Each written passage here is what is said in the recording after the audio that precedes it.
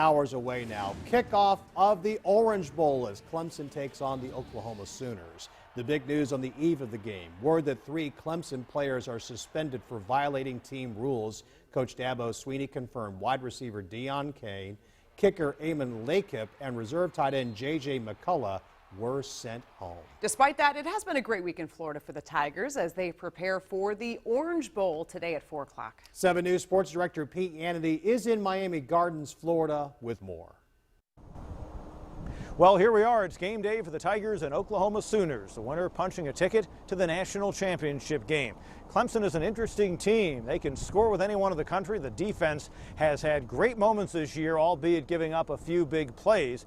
But the Tigers also have some anomalies about them, some ironies about the fact that they're unbeaten with some stats that don't necessarily stack up. Surprisingly, Clemson's forged their record with a -2 turnover ratio. An oddity indeed, but perhaps made possible by the fact that they're always ahead, or at least it seems that way.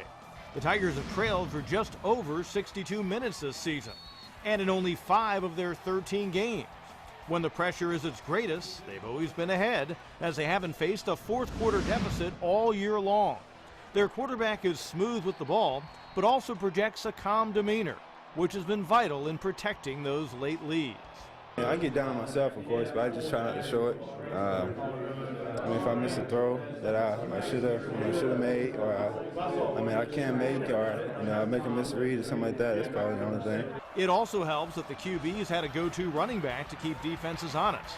And Wayne Gallman enters the contest just 13 yards shy of the school record with 1,332 yards. In fact, he's just the second Tiger to surpass the 1,200-yard threshold in the past 20 seasons. He and Watson and their teammates will look to make the typical big plays Thursday afternoon, those that should separate the winner from the loser at this stage on both sides of the ball. Turnovers and big plays will be the difference in the semifinal and the national championship game. You can just count on it. And the only numbers that matter, of course, are that you have more than the other team when the scoreboard shows all zeros. Well, the coverage throughout the day here on 7 Sports as well as at WSPA.com.